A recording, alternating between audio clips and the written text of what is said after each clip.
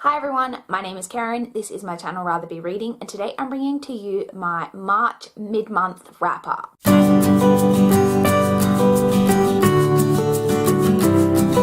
In the first half of March, from the 1st through the 15th, I managed to read a total of 9 books, which I am really happy with because one of those 9 books was almost 1,000 pages in length.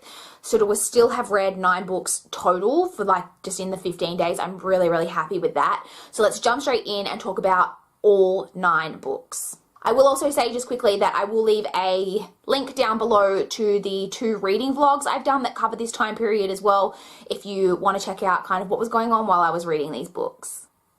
The first book I completed in the month of March was The Marriage Pact by Michelle Richmond. This is a book that I listened to on audio and was narrated by Tom Taylorson. This is a adult psychological thriller novel about a couple who have recently gotten married, and as a wedding gift they receive an invitation to join something called The Pact, which is a kind of group of people who are all married, and their objective is for you to have the perfect marriage. And there are a lot of rules and guidelines and things that you have to follow in order to be a part of this group. And our 2 main characters end up joining the pact, and it's kind of about what goes on once they're in the pact, and that maybe, you know, the pact isn't as great as what it seems on the surface.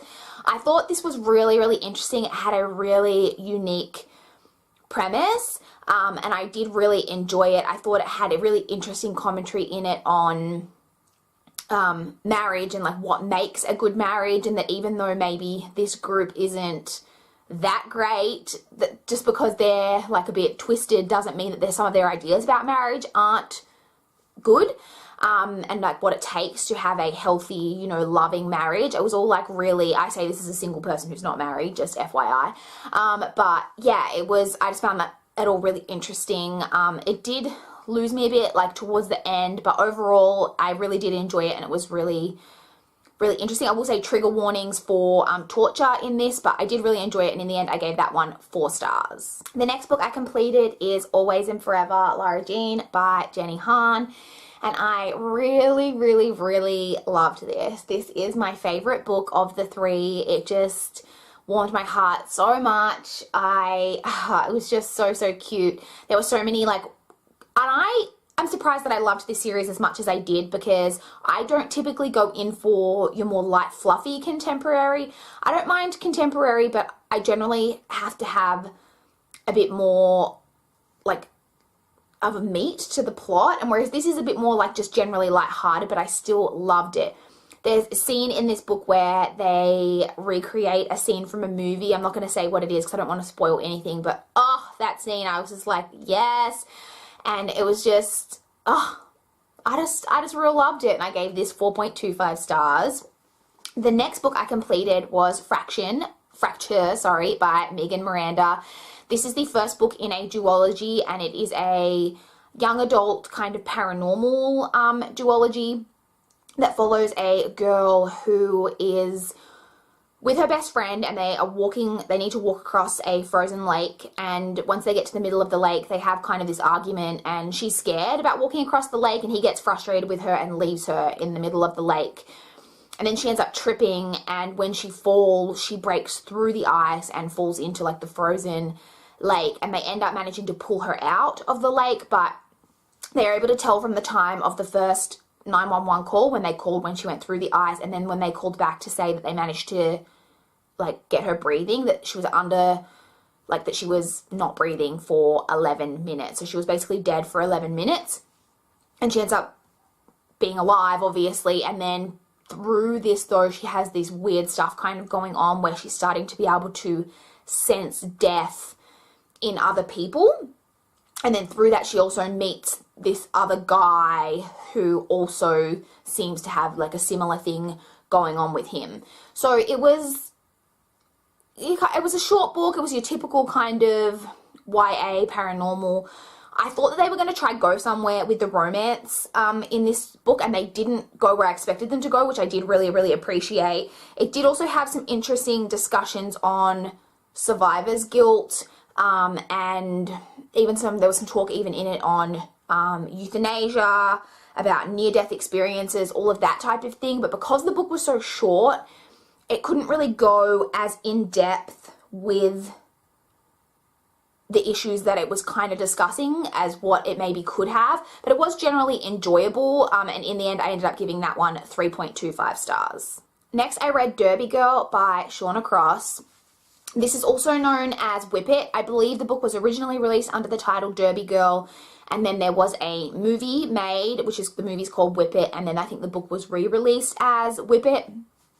So this follows a girl named Bliss who lives in a small town about an hour outside of Austin in Texas, and her mother is very heavily involved in beauty pageants, is a past like beauty queen, and really wants for Bliss to be a beauty queen as well, and so really pushes her into like this kind of pageantry life, and Bliss is really not into it. And then through like a series of circumstances, Bliss basically ends up getting involved in roller derby and kind of really finding herself as a person through that. So it's kind of a coming of age story really about her like kind of figuring out who she is.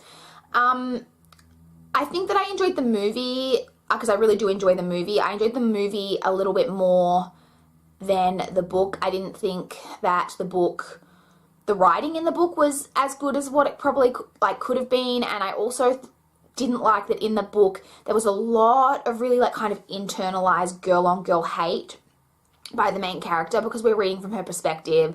Like, she really like hates on, in particular, one girl in her school who is really into beauty pageants, and I'm just not really into that whole like girl on girl hate thing. So it was generally enjoyable. In the end I gave that one 3 stars.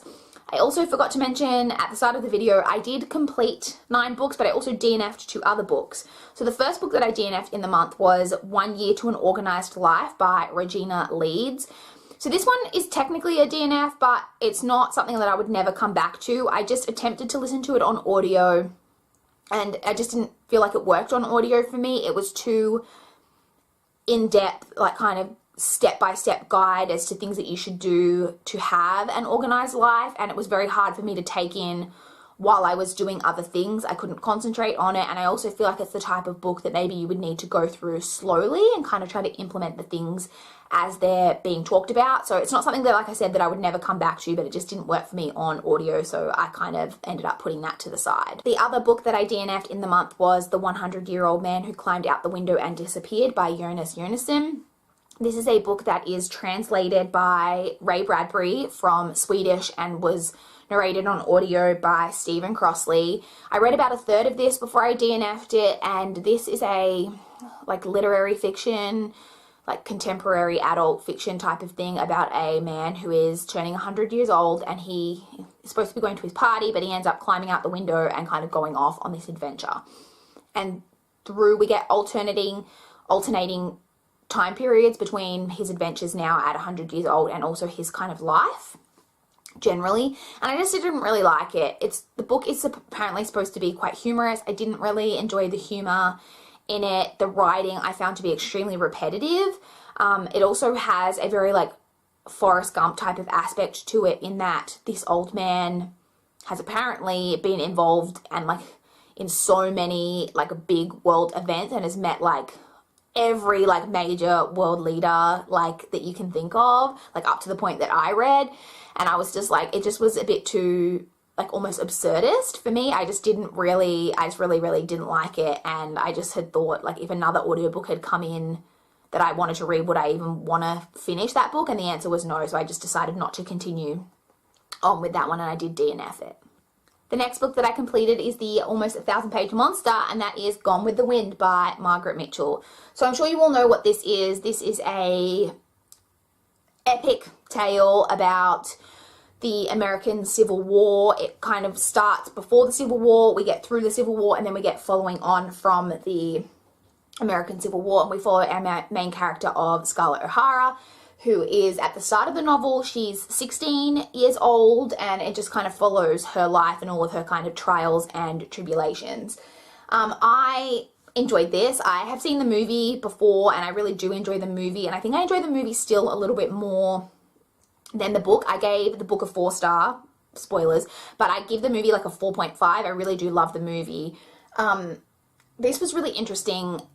It has some really interesting things in it that Scarlett is not a likable character. She is extremely selfish and self-involved, and she does some really horrible things to other people, but she's so interesting, and she's like such a complex character, and you find yourself rooting for her at different parts throughout the novel, even though what she's doing is not necessarily right. There's also obviously a lot in this to do with slavery. Trigger warnings in this definitely for racism.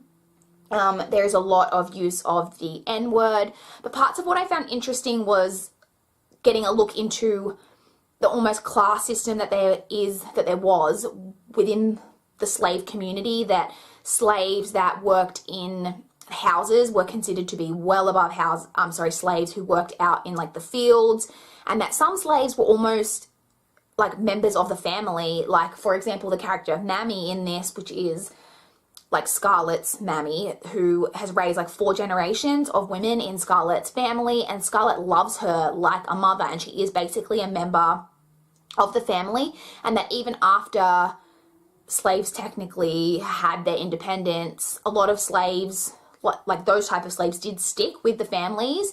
And just like, so it has some interesting stuff in that. It also shows a bit of the beginnings of the Ku Klux Klan, which obviously a completely disgusting organization, but it did show that around this time when it was forming, the reasons why some white affluent men would have joined that organization. I found, even though it's disgusting, I found that interesting, about how, you know, like the beginnings of something like that, and you can kind of see around the time that it's forming, and then what, knowing obviously in our time period what that was going to become, was just, I found that really, really fascinating. I don't really know what else to say about it. Like, it's so long obviously, and there's so much in it, but at no point was I really bored or hoping that I was going to get to the end of it. So I did really enjoy it, and like I said, I gave it 4 stars.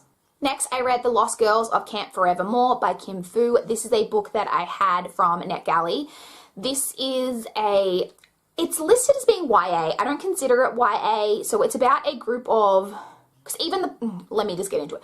It's about a group of girls who are aged between 9 and 12, I think it is, who are at a summer camp. So even that portion of the story would not be YA in my opinion. It would be more middle grade. But it is about those girls who go off on like an overnight camping trip. There's a group of 5 of them, I believe. And they go off on this overnight camping trip, and something goes wrong, and they end up basically stranded out in like the wilderness, and it's about kind of that survival part of the story. But we have it in alternating time periods, that we have that going on, and then we have, so you'll kind of get a little portion of that story, then you'll get a chapter in the future that follows one of the girls and kind of follows their life as like from there like on into adulthood. Then you'll get another bit of the like middle grade kind of part, and then you'll get the next girl's chapter as an adult, and so on and so forth. Didn't like it. The adult parts really didn't work for me. Like, one of the adult portions isn't even about the girl. It's about her sister, which, like, what even is the point of that? The only parts of the story I enjoyed were the parts about the girls trying to survive. The other parts of it just seemed completely pointless. The parts of their life that you're seeing it wasn't like you were seeing how what happened to them when they were younger really affected their lives. I don't know if that's what the author was going for, but it didn't work. Just overall, I just didn't enjoy it. It just seemed really pointless, basically, to me. I will say that it does have some diversity in it. Not all of the characters of the girls are white, which is great. And I will say that Kim Fu has Asian heritage, from what I understand, and she is also born in Canada. I believe she lives in the US now, but she is of Canadian descent, if that's of interest to anyone. But yeah, it just really, really didn't work for me, and in the end, I ended up giving that 2 stars.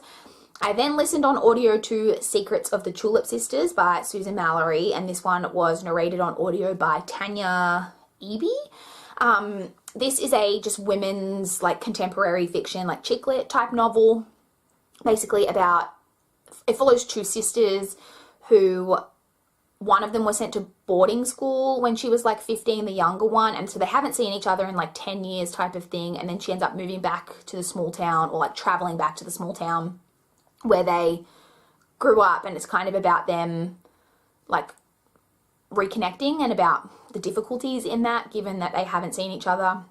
You obviously got like quite a romance plot going on in it, like it is women's fiction. I enjoyed this. It was like one of the better like chick lit novels that I've read in recent times. It was really enjoyable. It got pretty steamy, and the thing I liked most about it was that I thought it had a really lot of really positive stuff to say about women's sexuality and women's sexual pleasure, which is something that for a genre of books like women's fiction and even like romance that is generally aimed at women, there's a lot of really not positive stuff in there about women and women's sexuality. So I really liked that this did have a lot of commentary in it on that. And I did like, it was like generally a really quite enjoyable chick lit novel, as I said. And in the end, I gave that one 3.5 stars. Next, also on audio, I listened to The Stranger Beside Me by Anne Rule.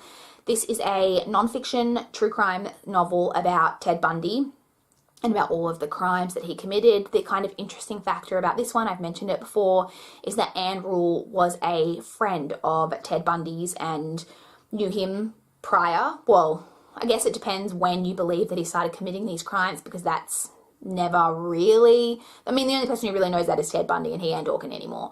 So we don't really know, but she was friends with him before his crimes were discovered, and you know, didn't know, obviously, that he was a serial killer, and actually believed in his innocence and communicated with him, like, during the period of kind of, like, him being incarcerated and leading up to his trials and through his trials as a friend of his. And so you've got that kind of aspect to it, which is really interesting, but it's a really, so on audio, it's like 3 hours. It's quite short. And so for me, it just was a little bit too surface level. It was enjoyable because just getting to see, I don't know that much about Ted Bundy, as it turns out, so hearing about it just generally was really interesting, but it didn't go into as much detail probably as I would have liked.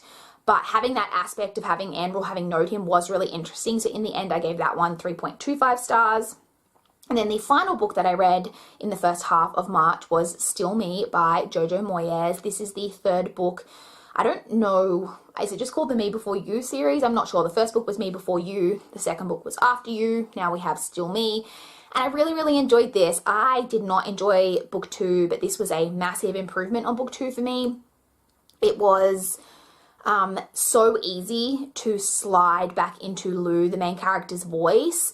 She's just a really lovable, enjoyable main character. It was almost like a breath of fresh air just to be reading from her perspective again. This book also really, really made me want to travel to New York. I always have wanted to travel to New York, but this book just made me like really yearn for it. I thought that Lou has such great character development when you imagine when you see where she is in this book compared to like the first book from her perspective. It's just, I just really, really enjoyed it. I really did, and in the end I gave that one 4 stars. So those were all of the books that I read in the first half of March. If you've read any of these books and have any thoughts, I would love to chat in the comments down below. What have you been reading so far in March? I would love to chat. Please like this video if you liked it. Please subscribe if you want to see more from my channel. That's all I've got for this video today. Bye guys!